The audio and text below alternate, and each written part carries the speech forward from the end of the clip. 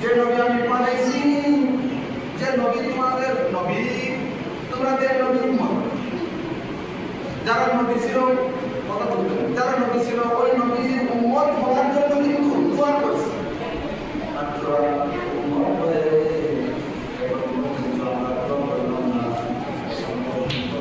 আমরা দোয়া করতে পারলাম না।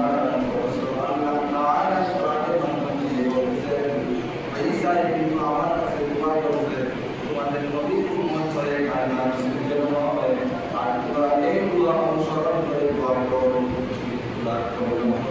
আল্লাহ তাআলা কাজ পর্যন্ত নবীর পথে কারণ ওই পথে আল্লাহ তাআলা যেভাবে বলেছেন নবীর কথা শুনে দুনিয়ার মধ্যে জীবনযাপন করবো, ওইভাবে তোমরা জীবনযাপন শেষ পর্যন্ত কায়নাত সৃষ্টি হওয়ার জন্য আল্লাহর কাছে দোয়া করো।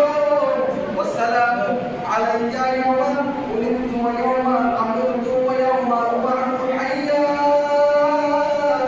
দুনিয়ার জমিনে যত চিন্তা করো, ভালো অবস্থায় রাখো, মানব রাখো, নবীর মধ্যে কেমন অনুসরণ করা আমাদেরকে তাওফিক দিও। মৃত্যুর সময় আমাদের জবান থেকে যেন বের হয় লা ইলাহা ইল্লাল্লাহ মুহাম্মাদুর রাসূলুল্লাহ।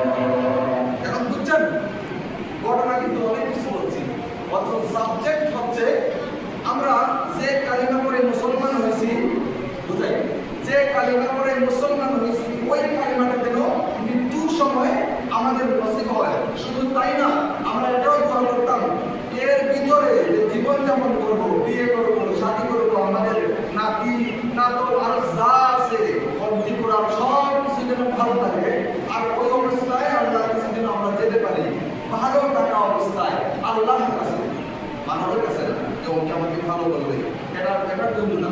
তো আল্লাহ তাআলার কাছে আমরা যেন ওই দোয়া বলি যে আল্লাহ তাআলা আমাকে, আমার পরিবারকে